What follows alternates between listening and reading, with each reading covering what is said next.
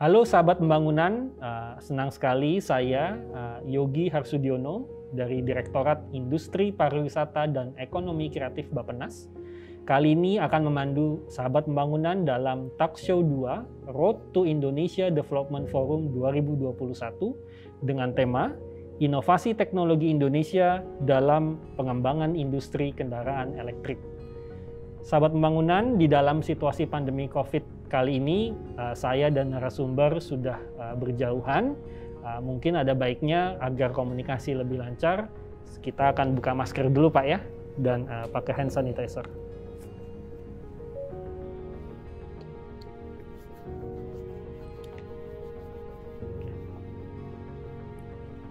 Sahabat pembangunan, telah hadir bersama kita PLT Direktur Pendidikan Tinggi, Ilmu Pengetahuan dan Teknologi Kementerian PPN Bappenas, Bapak Hadiat, yang akan bersama-sama dengan kita semua mendiskusikan topik-topik kali ini mengenai inovasi teknologi Indonesia dan industri kendaraan elektrik, sebagaimana yang mungkin sahabat pembangunan telah tanyakan di dalam akun Instagram story kita @IDDevForum. Halo Pak Hadiat. Halo Mas Yogi, halo sahabat pembangunan.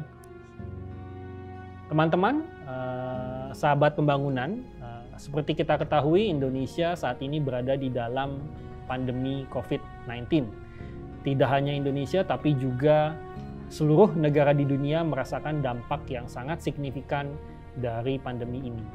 Tidak terkecuali adalah sektor industri pengolahan di Indonesia dan juga sektor industri otomotif yang akan menjadi topik pembahasan kita hari ini, Pak. Nah, sektor otomotif Indonesia, Pak Hadiat, ini dampak cukup signifikan.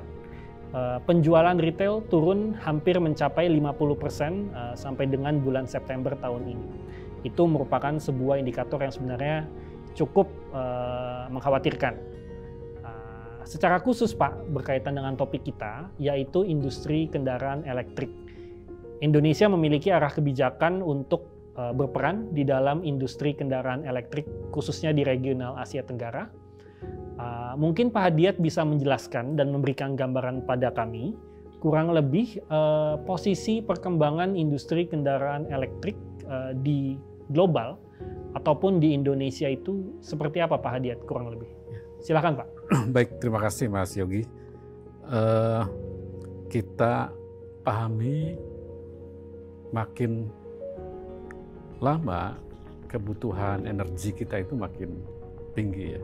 Dengan bertambahnya jumlah penduduk, saya pikir kebutuhan energi makin bertambah. Nah, tentunya energi yang kita siapkan kalau hanya mengandalkan energi yang berbasis kepada sumber daya alam dalam arti bumi, BBM, itu akan sangat terbatas. Nah, sehingga memang dunia sebenarnya sudah lama memikirkan bagaimana kita mencari opsi atau alternatif energi itu.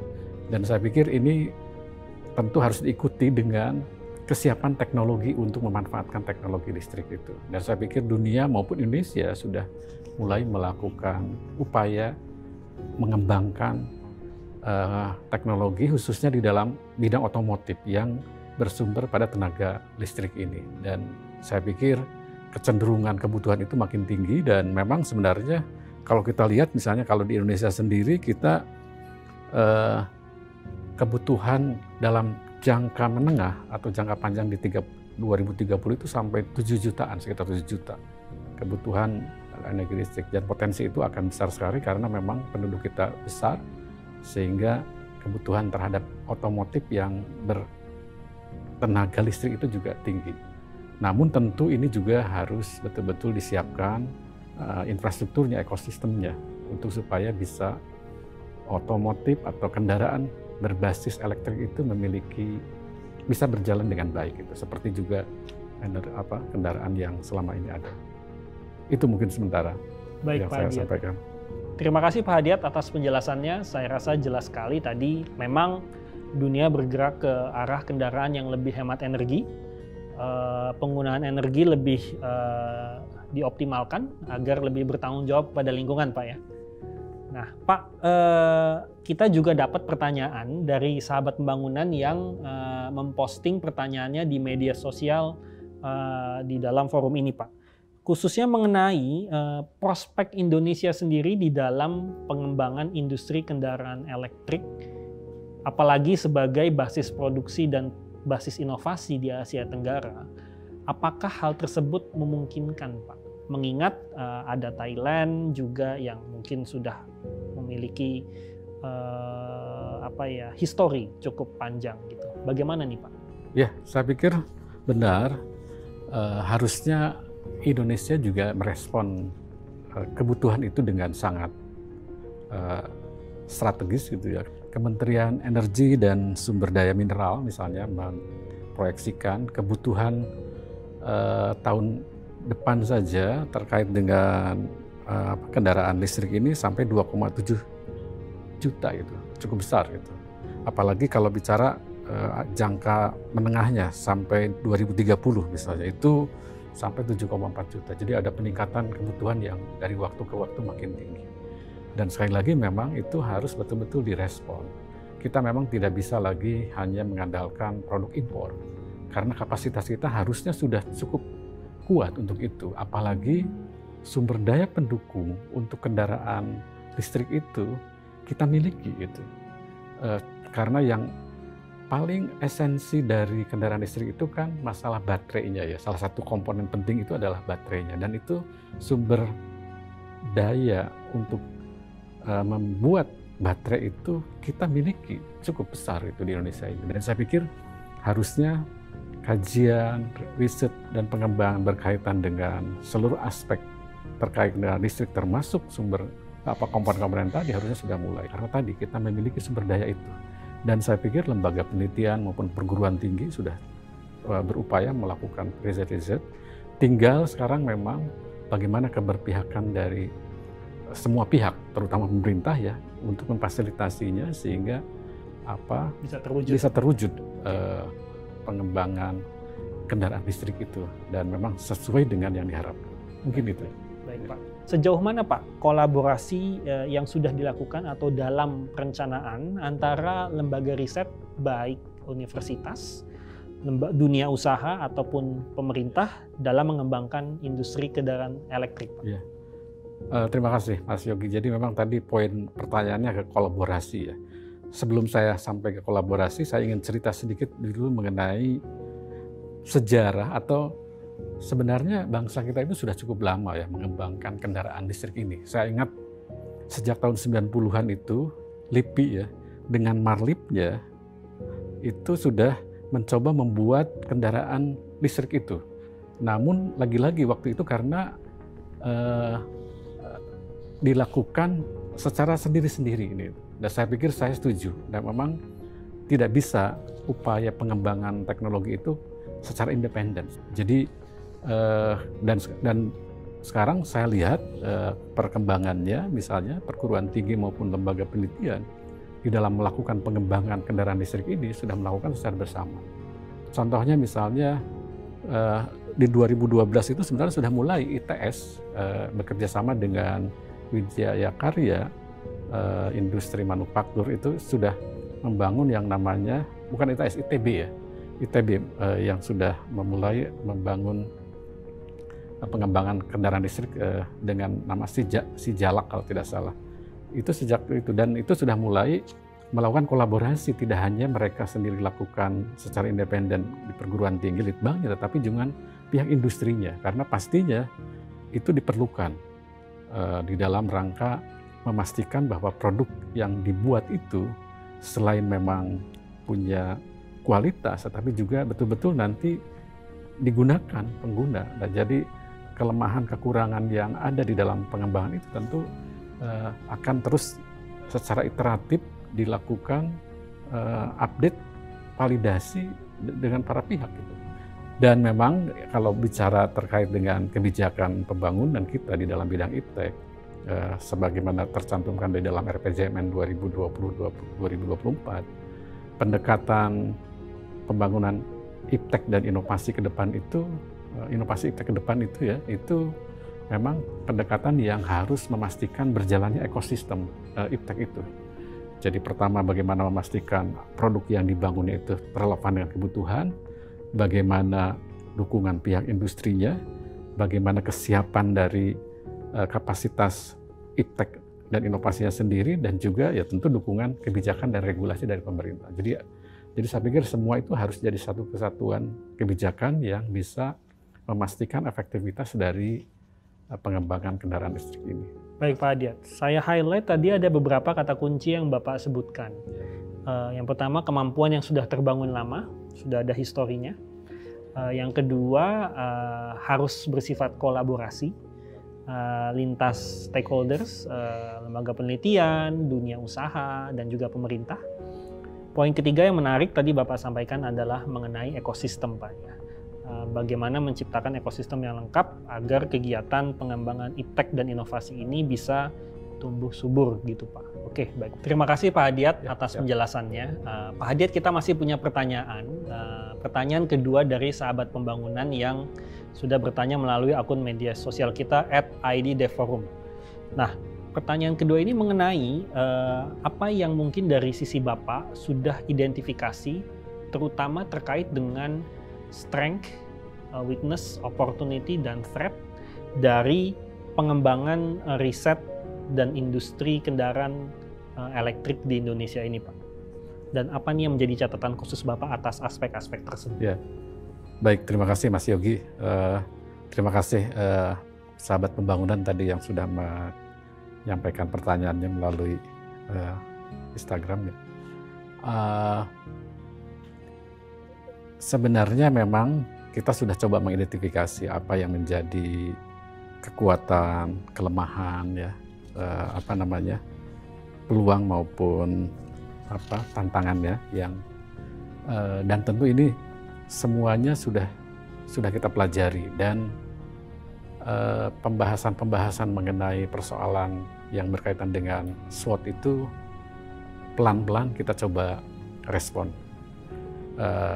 Misalnya beberapa waktu yang lalu kan beberapa kementerian termasuk Kementerian Investasi dan Maritim juga mengadakan webinar khusus terkait dengan ini, dan saya pikir ini bagian dari upaya kita bagaimana memastikan pengembangan teknologi kendaraan listrik ini, khususnya yang produk lokal nasional, itu bisa betul-betul berjalan dengan optimal.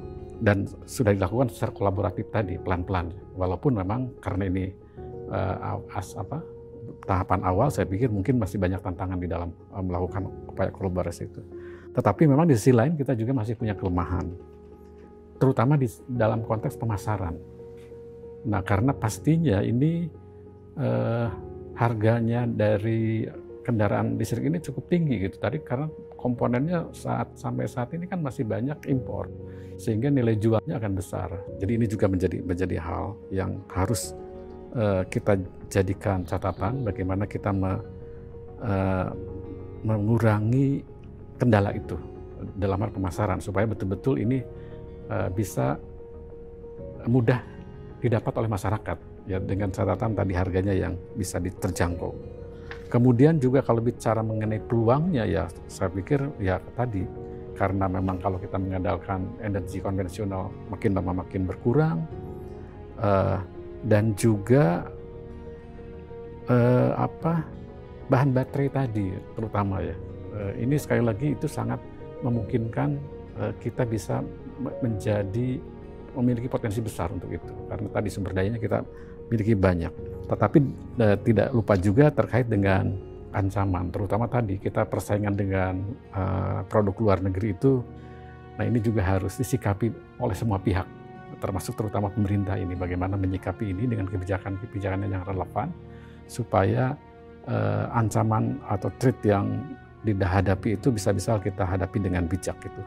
Dan tentu dalam kaitan itu kita terus mengupayakan bagaimana terutama kebutuhan komponen tadi yang bisa dipenuhi dari waktu ke waktu dari lokal gitu, yang sehingga pengembangan industri itu sesuai dengan apa yang kita butuhkan. Jadi itu mungkin secara garis besar apa yang menjadi persoalan besar di dalam pengembangan kendaraan listrik dari aspek peluang maupun tantangan dan ancamannya tadi. Mungkin itu secara besar. Terima kasih Mas Yogi. Ya Pak Hadiat, saya rasa juga banyak sekali sahabat-sahabat bangunan yang sudah kebayang-bayang itu Pak. Di luar negeri ada kendaraan elektrik yang super canggih gitu mungkin. Bangga juga gitu Pak kalau kita nanti di Indonesia bisa mengarah memang menciptakan inovasi iptek karya anak bangsa yang memang produk kita sendiri, pemikiran dan keringat lah istilahnya itu. Saya ingin menambahkan sedikit ya Mas Yogi, mohon maaf sahabat pembangunan, karena kita harus bahu-membahu mengupayakan bagaimana upaya kita untuk cinta terhadap produk dalam negeri, termasuk di dalam produk kendaraan listrik produk lokal ini nantinya gitu. Pasti itu Pak, saya yakin sahabat pembangunan juga setuju untuk hal itu tuh Pak. Pak Hadiat, ada yang ingin saya tanyakan Pak. Saat ini mengambil pembelajaran dari proses pengembangan ventilator atau vaksin dan juga berbagai macam produk inovasi teknologi lainnya saat ini nih Pak. Apa nih Pak yang bisa kita pelajari untuk pengembangan dan juga komersialisasi riset dan inovasi di bidang kendaraan elektrik? Iya. Silakan Pak Hadiat. Terima kasih Mas Yogi, menarik sekali pertanyaannya. Jadi apa yang kita bisa pelajari ya dari kondisi pandemi ini terhadap pengembangan bidang inovasi iptek ini. Dan saya pikir ini menjadi tantangan sekaligus pembelajaran ya, bahwa ternyata memang kita itu di dalam melakukan upaya pembangunan di bidang iptek khususnya ya, masih banyak yang harus kita tata itu. Dalam arti kapasitas pengembangan ya memang kita sudah cukup mumpuni gitu. Banyak tenaga-tenaga yang handal untuk melakukan atau memproduksi sebuah produk gitu. Nah, jadi artinya kita terutama dari sisi komunitas iptek harus selalu pada posisi melihat pengembangan iptek itu adalah dalam menyelesaikan masalah gitu. Jadi kita memang yang mengembangkan iptek kan ada di perguruan tinggi, ada di lembaga ini penelitian yang memang mereka punya kapasitas atau tugas fungsi di bidang masing-masing. Tetapi memang esensi utama menurut saya apapun bentuk kapasitas yang mereka miliki, yang harus pasti itu adalah mereka harus menyelesaikan masalah tadi. Nah, jadi pembelajaran utama yang kalau tadi pertanyaannya pembelajaran ya dari kondisi pandemi dengan produk-produk teknologi yang dihasilkan memang sudah ada, tetapi kan sekali lagi kesesuaiannya itu yang masih ini. Jadi saya meng-highlight bagaimana di dalam pengembangan iptek inovasi ini kita harus memiliki kemampuan untuk berada dalam posisi menyelesaikan masalah gitu. Dan tentu harus didukung dengan kapasitas yang mumpuni. Kita harus memiliki standarisasi di dalam kapasitas pengembangan ipteknya, dan juga tentu harus punya jaringan yang kuat di dalam membangun tentang kebutuhan-kebutuhan tadi.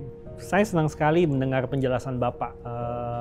Kami itu sering dengar Pak di diskusi di publik bahwa memang salah satu cara atau bukti kalau memang produk inovasi itu yang bisa dihasilkan adalah memang satu, bisa mengidentifikasi pain points gitu, situasi permasalahan yang real dihadapi, dan kedua, memang solusi teknologi yang ditawarkan atau inovasi yang ditawarkan memang mampu menyelesaikan masalah tersebut gitu. Sebagai pengampu kebijakan Pak. Pak Hadiat di Bappenas, bagian dari pemerintah Indonesia, seperti itu. Kira-kira Bapak bisa merekomendasikan poin-poin kebijakan yang kiranya kita perlu dorong untuk bisa memfasilitasi pengembangan inovasi dan teknologi di bidang kendaraan elektrik ini, Pak. Ya. Silakan, Pak. Baik, terima kasih Mas Yogi. Jadi mungkin rekomendasi yang ingin saya sampaikan meng-highlight poin-poin yang juga mungkin tadi sudah saya sampaikan. Pertama tentu tadi bahwa di dalam memproduk kendaraan listrik ini kita tidak bisa sendiri-sendiri, jadi harus ada kerjasama, saling memperkuat apa yang dimiliki, kapasitas yang dimiliki secara kolaboratif sehingga produk yang dihasilkan itu efektif. Itu yang pertama. Kemudian yang kedua tentu keberpihakan terutama dari pemerintah ya terhadap produk kendaraan listrik sebagai produk lokal Indonesia ini sangat diperlukan. Nah tentu selain tax reduction dan insentif yang lainnya dalam bentuk fiskal, mungkin perlu juga keberpihakan lain ya, seperti tadi harus ada gerakan gitu bahwa kita itu mencintai produk lokal. Kemudian yang ketiga yang terkait dengan pengembangan teknologinya, jadi tentu seperti tadi saya sampaikan bahwa yang paling menjadikan kendaraan listrik ini cukup mahal kan karena masih banyaknya komponen dari kendaraan listrik itu yang berasal dari produk impor. Nah ini saya pikir menjadi tantangan untuk riset dan pengembangan kita untuk bisa menghasilkan seluruh komponen itu bisa dihasilkan di dalam negeri. Sehingga harapannya dengan begitu bisa menekan harga dari kendaraan listrik itu. Mungkin itu saya pikir. Kemudian salah satu juga yang menurut saya, karena pasti ini setiap negara tadi seperti disampaikan oleh Mas Yogi kan banyak mengembangkan itu. Nah sehingga di tataran global, regional juga kita kan harus kompetisi terhadap itu. Nah saya pikir kita harus bisa memilih mana teknologi yang perlu kita kuatkan untuk bisa menghasilkan produk kendaraan listrik yang kompetitif tadi. Misalnya kembali kalau bicaranya mengenai baterai yang tadi mengenai utama gitu dalam kendaraan listrik ini, misalnya selain kekuatannya juga dalam mencasnya supaya bisa cepat gitu. Kalau sekarang kan cukup lama kalau kita ngecas supaya full itu bisa mungkin 1-2 jam gitu. Nah ini strategi bagaimana membuat baterai yang efektif sehingga dicas itu bisa cepat seperti handphone misalnya sekarang kan bisa cepat bisa full gitu. Nah itu jadi sekali lagi kita harus bisa memilih mana komponen-komponen atau sistem yang sangat penting yang bisa memberikan nilai tambah dari kekuatan produk kendaraan listrik kita itu sehingga kita bisa bersaing nantinya baik antara produk di dalam negeri sendiri maupun dengan produk-produk luar negeri. Mungkin itu ya yang bisa saya sampaikan. Ya, terima kasih Mas Yogi. Terima kasih Pak Hadiat atas penjelasannya, sangat komprehensif. Saya rasa sahabat-sahabat pembangunan senang sekali mendapatkan pencerahan ilmu baru dari Bapak mengenai inovasi teknologi Indonesia dalam pengembangan industri kendaraan elektrik. Terima kasih Pak Hadiat. Ya, sama-sama, terima kasih. Terima kasih sahabat pembangunan. Sahabat pembangunan, demikian Talkshow 2 inovasi teknologi Indonesia dalam pengembangan industri kendaraan elektrik. Terus ikuti rangkaian Road to Indonesia Development Forum 2021 dan webinar 4 yang temanya ada di media sosial kami @IDDevForum. Saya Yogi Harsudiono, pamit. Salam pembangunan. Salam pembangunan. Terima kasih.